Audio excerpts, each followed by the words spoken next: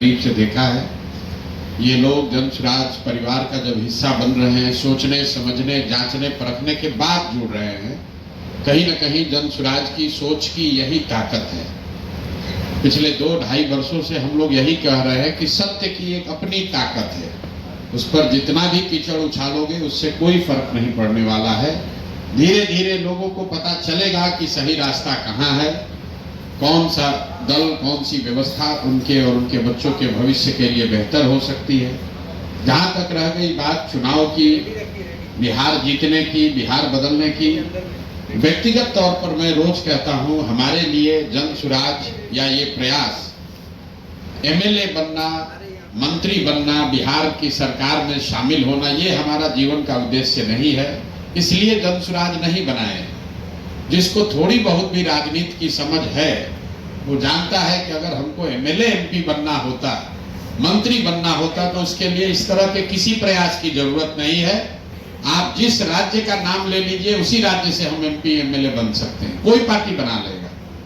हम यहाँ पर ये जो व्यवस्था शुरू कर रहे हैं, इस देश में गांधी के आदर्शों पर, व्यवस्थित तरीके से गांधी के आदर्शों पर चलने वाला एक कोई विकल्प बने, भले छोटा प्रयास है।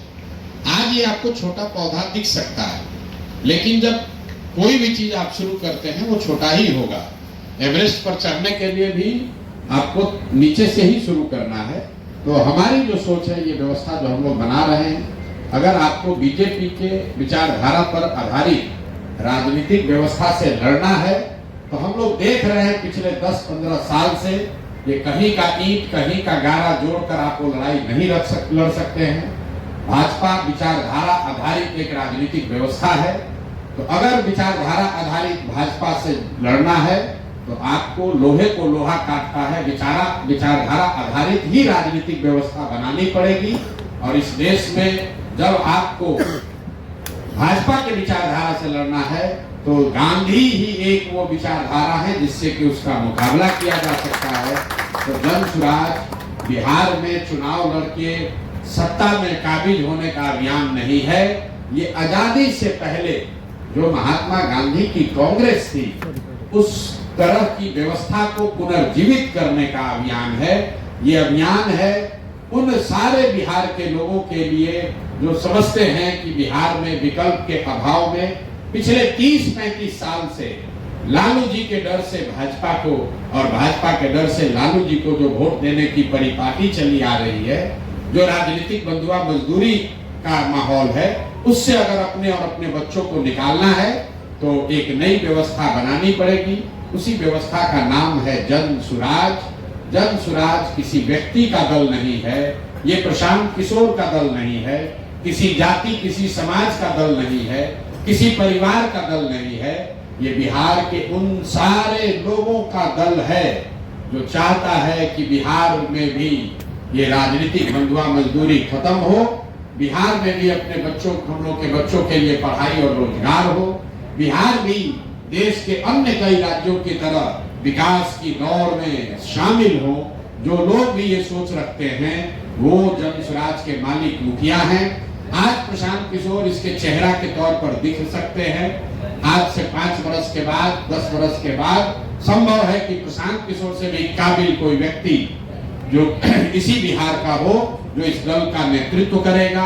वो मुस्लिम भी हो सकता है, वो अति पिछड़ा भी हो सकता है, वो सामान्य वर्ग का भी हो सकता है, वो दलित समाज का भी हो सकता है। जाति और पारिवारिक पृष्ठभूमि का ध्यान में न रख के सिर्फ और सिर्फ मेरिट और समाज के लिए कुछ करने की क्षमता के आधार पर इस दल को चलना और बढ़ना है। आप दोनों लोग का मैं तहे दिल से शुक्रिया अदा कर रहा हूं और एक ही बात कह के खत्म करूंगा कि चाहे कुछ भी हो जाए, जब तक मैं इस व्यवस्था से जुड़ा हूं, 2 बातें बिल्कुल आप लिख लीजिए कि मेरे आचार विचार व्यवहार से ऐसा कुछ भी नहीं होगा जिससे कभी जीवन में आपको इस दल से जुड़े होने से शर्मिंदगी उठानी पड़े। और दूसरी बात, जिस ईमानदारी और शुद्धता से मैंने इसका नींव रखा है, जब तक मेरी जिंदगी है, उस ईमानदारी और शुद्धता में कोई कमी नहीं आने दूंगा। उससे कोई कॉम्प्रोमाइज नहीं होगा, ना विचारधारा के आधार पर, ना व्यवहार के आधार पर। कॉम्प्रोमाइज नहीं होगा, चाहे 10 बरस लगे, 20 बरस लगे, सफलता मिलना नहीं मिलना अलग बात है, लेकिन ईमानदारी और शुद्धता से कॉम्प्रोमाइज नहीं होगा। और जो बात हम लोग कह रहे हैं उस पर पूरी तरीके से कायम रहेंगे, कोशिश करेंगे कि अपने आचार विचार से ऐसा व्यवस्था रखें ताकि आपको हमेशा ये लगे, कोई समाज में हमेशा लोग यही कहे कि नहीं भाई आप अच्छे लोगों के साथ हैं, अच्छी व्यवस्था के साथ हैं, अच्छी सोच के साथ हैं।